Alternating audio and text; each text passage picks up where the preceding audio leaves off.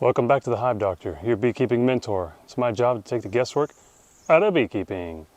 Today we're going to be going over how to mow or weed eat your apiary in such a way to minimize any issues with getting stung. So if that's something you've ever been curious about, how to do it as safe as possible and quickly and efficiently, stick around.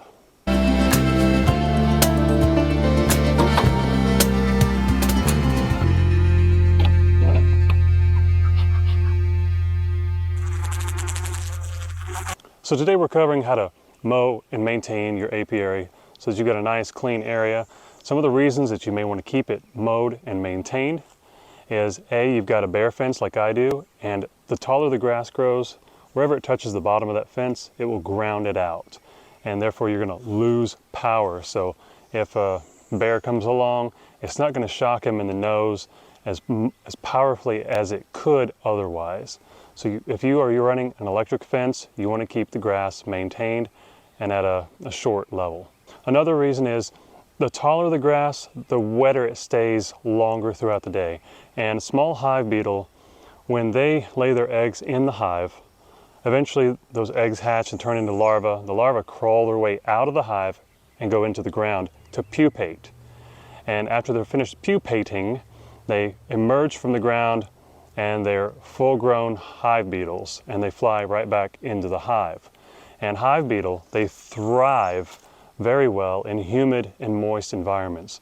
So by keeping that grass cut lower, you're allowing that humid environment to dry out. Thus, ideally and hopefully, you'll have less of a problem with hive beetle than you would otherwise. But one of our biggest concerns with mowing around bees is getting stung. And that's our concern with all of beekeeping anyways. So the only reason that makes this different, it's not the noise of the lawnmower or the weed eater that irritates your hives. The only time noise is an issue is when you actually bump a hive. It's the vibration that will irritate a beehive. But when it comes to mowing a lawn, no matter what you're using, it's the exhaust that's going to rile up the bees and get them kind of ornery and pissed and come after you. Exhaust stinks, so you've got to be aware of it. And if you're using a mower that's going to be throwing grass, you want to make sure to throw that grass away from the hive entrances. All right, with all of that figured out, when it comes to mowing your apiary, you pretty much want to break the area down into two zones. One, in front of the hives, and two, everywhere else. You want to mow everywhere else first. And the reason for that is there are less chances of the bees getting angry and coming after you. And that way you get as much done as possible before that happens. If you start mowing in the front of the hives and they become agitated, you're going to have a much more difficult time getting the job done without the bees coming after you.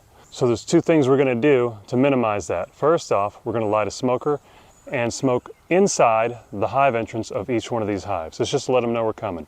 So in a minute, you're going to see me walk down the line and I'm going to puff smoke into all of these entrances. That's just to say, hey, I'm at work here, I've got stuff to do, I'll be out of my way as soon as I can.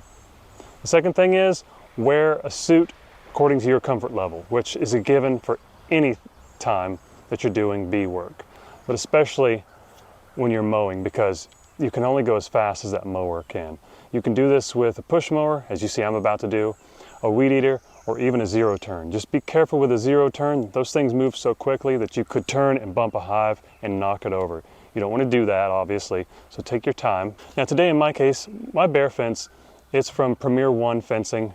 It's completely removable. So what I do is I will start mowing behind my hives, and then I will create a perimeter. I'll go around the perimeter, finish up mowing in the back, then I'll actually take my fence up and move it out of the way so I can mow directly behind the hives. And then at the very last step, I'm going to mow in front of the hives really quickly. And then I'm going to be done.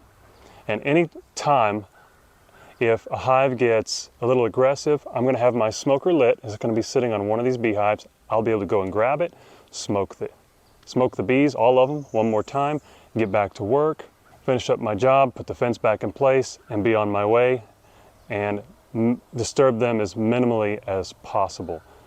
Now, if you find yourself in a situation where the bees are just hammering you, and they're getting in your suit, you're getting stung, and this is not going well for you, just run. Just leave them alone for a while. Come back later. Relight your smoker at a distance, and then start over. Smoke them again and see what you can get done.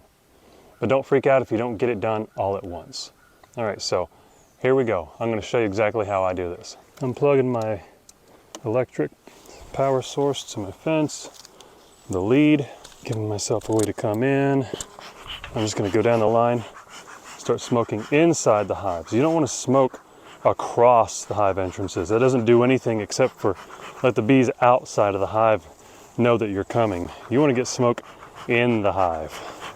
You want the colony to know that you're about to work. Now they're going to be focusing on this smell of the smoke and getting it out of their hive rather than on me. All right, I'm going to put my smoker on this end hive so I can get to it easily rather than having to go to the middle in case one of these hives does get aggressive. Now, again, this is the front of my hives. I'm in their traffic zone right here. So I want to stay behind them except for when I'm smoking them. And for the last step when I mow right across the front here.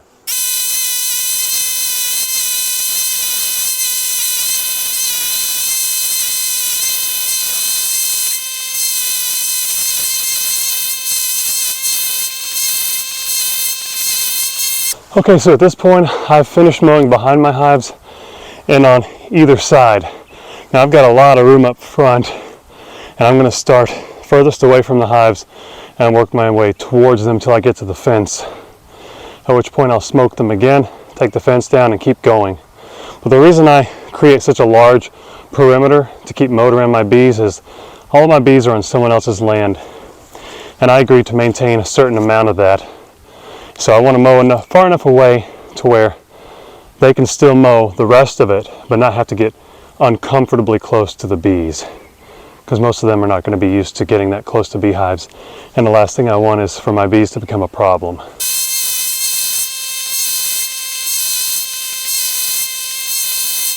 Okay, so I'm at a point where the entire outside of my fence is mowed. It's time to move the fence out of the way and do the inside. Oh man, I'm not out of shape. I'm just like not in shape either, I guess. So anyways, once I move the fence, I'm going to mow behind my hives, and from the back, I'm going to mow under my hive stands as well. My hive stands are made high enough to where I can go under them with my lawnmower. And then the only thing left will be a few swipes, maybe 2 or 3 in the front. I'll make those really quickly after smoking the hive entrances again. Then it's time to put everything up and we're done.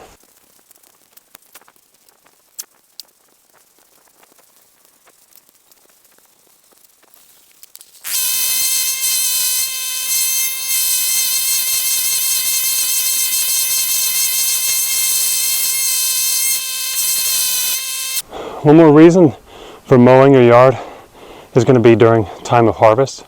You want to mow your bee yard before you harvest your honey, because you're going to be holding really heavy boxes of honey, and having short maintained grass is going to be a lot easier to walk through rather than long grass that tends to get tangled up in your shoes and creates friction and makes it hard to take steps over the truck. You don't want to drop anything, especially in this kind of job. So I'll tell you, maintain your yard. If you have any questions, leave them in the comments below. Tell your friends about the Hive Doctor. Give me one of these, and I'll see you in the next video.